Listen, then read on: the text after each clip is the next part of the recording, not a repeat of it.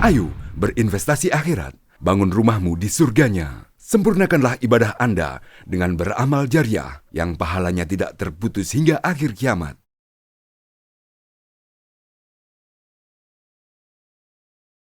Bismillahirrahmanirrahim. Assalamualaikum warahmatullahi wabarakatuh. Bismillah walhamdulillah. Wassalatu wassalamu ala rasulillah Sayyidina Muhammadin sallallahu alaihi wasallam wa ala alihi wa sahbihi wa mawala wa ba'du. Para pemirsa podcast Masjid Al-Akbar yang insya Allah dirahmati oleh Allah Subhanahu wa ta'ala. Alhamdulillah, kita ingin melanjutkan kajian kitab Riyadhus Shalihin, dan kali ini masih bicara tentang sabar. Sabar ini ternyata tidak cukup hanya dilakukan oleh satu orang, tetapi sabar ini harus dikampanyekan, harus dipengaruhi orang-orang sekitar kita. Itulah sebabnya dalam Al-Quran, watawasau bil haqqi watawasau bis sabar. Nah, ayat ini mendorong untuk saling berpesan-pesan pada kebenaran dan saling berpesan-pesan pada kesabaran. Sebagai suami, kita ingin bahwa istri kita juga paham untuk makna dan perilaku sabar. Lalu kemudian mendorong kepada putra-putrinya sehingga kemudian satu keluarga itu menjadikan sabar itu sebagai sebuah tradisi dalam keluarga. Jadi sekali lagi, kalau hanya satu orang sangat susah. Tapi itu harus menjadi bagian dari wasiat. Watawasau bil haqqi watawasau bis sabar. Saling mewasiatkan. Nah, begitulah bagaimana membangun era baru dalam diri kita dan keluarga kita. Kita menjadikan materi sabar ini sebagai salah satu bagian penting dalam kehidupan keluarga, kehidupan pimpinan lembaga, dan seterusnya. Lalu kemudian, innama yuwaffas sabiruna ajrahum bighairi hisab. Sesungguhnya yuwaffah, Allah akan menyempurnakan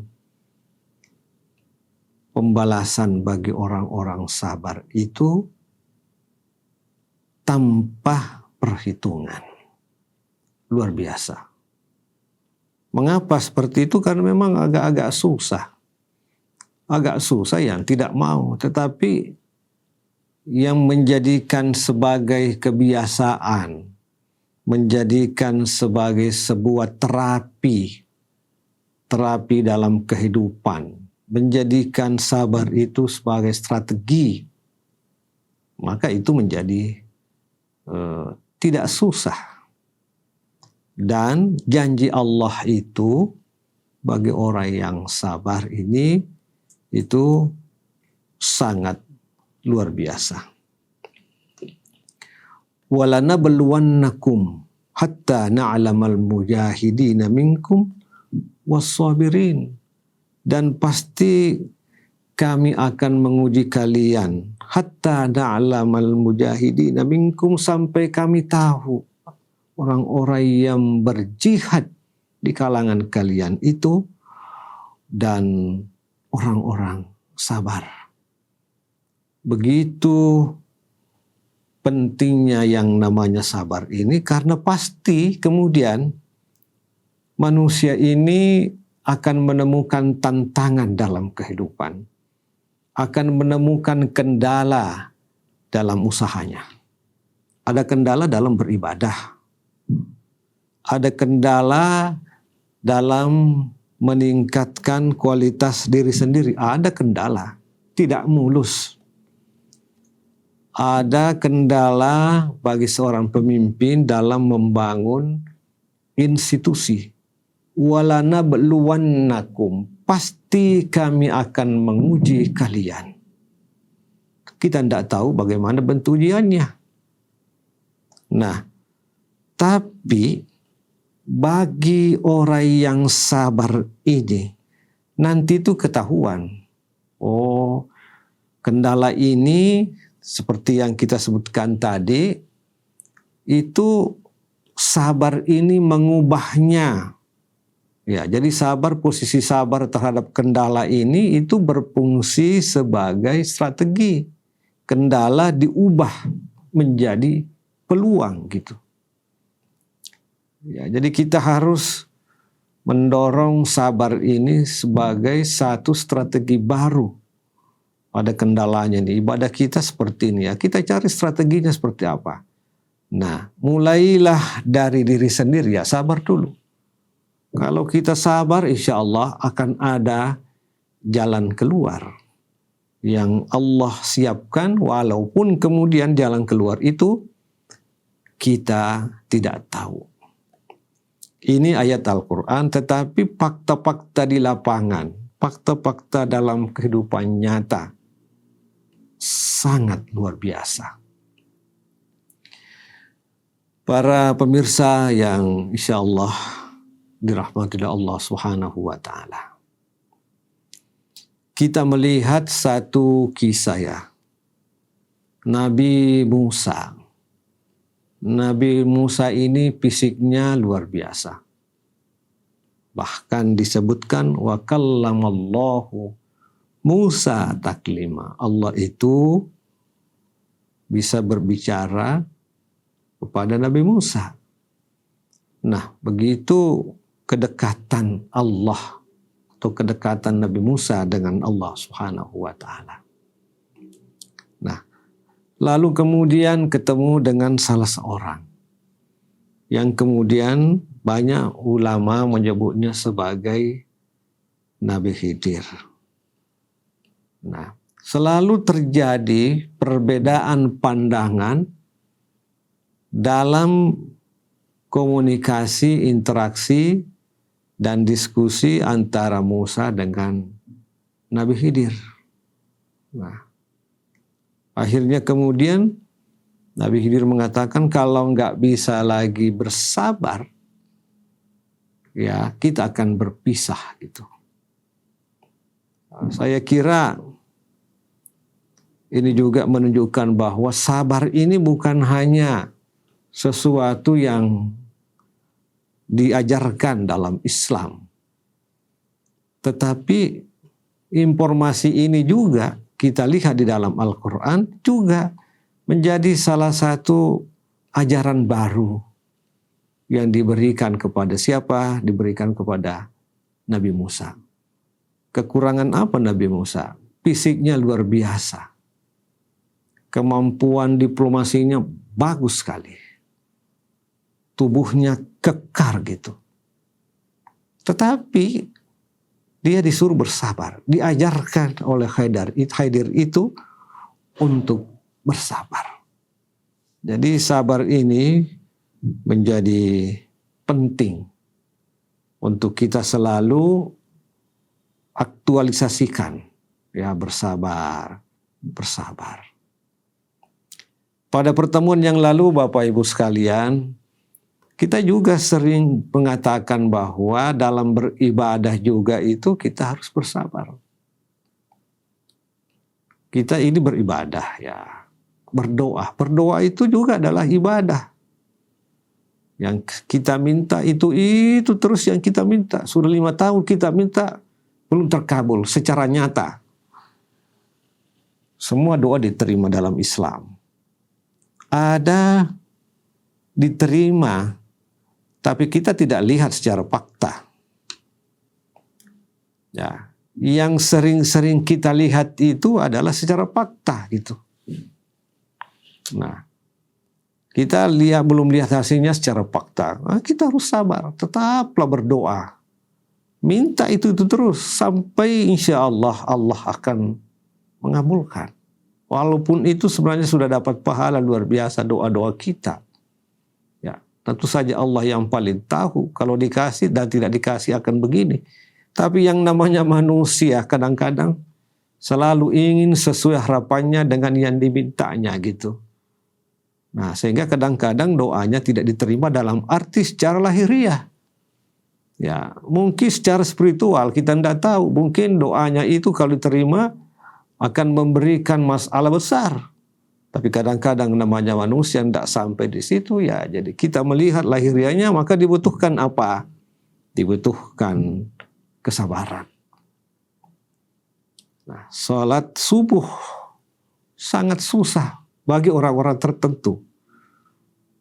Tapi kalau nggak sabar juga, bagaimana? Jadi sabar ini menjadi kekuatan besar. Nah, kita mengenal dalam Islam ulul azmi. Ulul azmi ini adalah nabi yang luar biasa. Nabi Muhammad SAW disebut itu ulul azmi. Nabi Ibrahim alaihissalam. Nabi Nuh. Kita juga melihat Nabi Isa. Itu semua adalah Nabi Rasul yang dikelompokkan sebagai ulul azmi. Nabi-nabi yang memiliki ketangguhan yang luar biasa. Modalnya apa? Salah satu modalnya adalah modal tentang sabar. Kita lihat Nabi Ibrahim alaihissalam. Nabi Ibrahim alaihissalam itu kesabarannya pada anak tunggalnya itu Ismail, ya, juga dilalui kesuksesan itu dengan kesabaran. Nabi Ismail sendiri menyatakan, kelak nanti ayah akan menemukan saya ini sebagai minas sabirin, sebagai orang-orang yang sabar. Sabar ini sangat luar biasa. Apalagi tantangan yang dihadapi oleh Nabi Ibrahim dari sisi keluarganya. Kita lihat anaknya tadi, Ismail. Nah, sampai sekarang ini luar biasa. Tidak ada peristiwa Idul Adha dalam Islam. Kecuali selalu saja nama itu Ismail, Ibrahim, Hajar selalu disebut. Nah, itu penyebutannya itu bukan tidak ada sebab. Sebabnya adalah karena Nabi Ibrahim alaihissalam melewati itu semua karena sabar. Apalagi yang menjadi problematika keluarga Ibrahim tetapi bisa diselesaikan. Apa itu? Agama yang berbeda antara Nabi Ibrahim alaihissalam dengan bapaknya. Nabi Ibrahim tetap sebagai anak dan dia sangat hormati orang tuanya, bapaknya gitu. Itu juga membutuhkan bagaimana interaksi dengan cara-cara tata krama yang masuk pada wilayah sabar. Nabi Ibrahim luar biasa. Kalau kita ingin menjadi orang yang ulul azmi, kelompok orang-orang yang memiliki ketangguhan, maka kita harus menjadi orang-orang yang sabar. Para pemirsa rahimakumullah. Ada lagi ayat Al-Quran yang sangat terkait dengan sabar. Bismillahirrahmanirrahim. Ya ayyuhan nabiyyu harridil mu'minina 'alal qital. Wahai Nabi, maksudnya Nabi kita Muhammad SAW. Harridil mu'minina 'alal qital. Ya, kobarkanlah semangat bagi orang-orang mukmin itu dalam perang. Ya, dulu berperang orang Muslim dan orang-orang yang melawan dakwah Nabi Muhammad SAW. Karena apa? Karena tidak mengikuti perjanjian yang dilakukan oleh Nabi Muhammad SAW. Apa yang terjadi? Iyakum minkum ishruna sabiruna. Nah, dalam ayat itu, jika kalian itu ya memiliki kekuatan isruna, 20 orang, sabiruna, tapi 20 orang itu sabar semua, memiliki sifat sabar, yaglibu mi'ataini, maka 20 orang itu yang sabar akan mengalahkan mi'ataini 200. Jadi para pemirsa yang berbahagia, ada perbandingan 20 dan mi'ataini 200. Wa iyyakum minkum mi'atun yaglibu alfaini. Kalau kalian itu mi'atun 100 yaglibu alfaini, maka akan mengalahkan 2.000. Jadi inilah perbandingan kualitas orang-orang yang sabar dan tidak sabar. Isruna, 20 orang sabar mengalahkan 200, 100 orang sabar akan mengalahkan yaglibu alfan minal ladina kafaru, akan mengalahkan 1.000. Jadi perbandingannya jauh sekali. Mengapa itu terjadi, kaum muslimin rahimakumullah? Bi annahum qaumul la yafqahun. Orang-orang yang tidak sabar itu qaumul la yafqahun, mereka enggak paham. Apa yang dia tidak paham? Yang dia tidak paham itu adalah dia tidak melihat apa yang akan terjadi setelah itu. Kadang-kadang kalau kita emosi, tidak sabar, pandangan kita itu, pikiran kita itu sangat pendek. Kita tidak lihat lagi setelah peristiwa itu. Kita tidak melihat apa yang terjadi setelah 2 hari, 3 tahun, 10 tahun ke depan gitu. Itu yang disebut dengan fa'innahum qaumul la yafqahun. Mereka enggak paham tentang kehidupan. Kehidupan ini seakan-akan berakhir kalau ada masalah, karena enggak sabar. Padahal kehidupan ini akan berjalan terus. Rahmat Allah jauh lebih luas dibanding dengan masalah yang kita hadapi. Hari ini, jam ini kita temukan masalah. Sabar. Bagaimana caranya? Pergi berwudu, sholat, mohon inayah kepada Allah, baca Quran, tahan sedikit emosi. Masih ada rahmat Allah Subhanahu wa taala akan datang. Ya, kapan datangnya? Setelah kita kembali normal. Ada inspirasi yang datang, ada informasi yang kita dapat, ada pengetahuan, ada kawan yang akan bersama dengan kita. Masalah yang kita hadapi bukan membubarkan kehidupan kita, tetapi ini adalah momen, kesempatan untuk melatih diri kita. Banyak orang-orang besar, suksesnya bukan karena pintarnya, tetapi karena ketangguhannya. Banyak ibu yang berhasil mendidik keluarganya bukan karena kemampuannya mempengaruhi, tetapi ketangguhannya, sifat sabarnya. Ya, sedikit demi sedikit, akhirnya banyak. Tidak sia-sia bahwa agama kita ini mengajarkan bekal kehidupan untuk kita membiasakan diri bersabar dan bersabar. Ini adalah ajaran Islam. Kalau kita bersabar itu artinya kita menjalankan ibadah.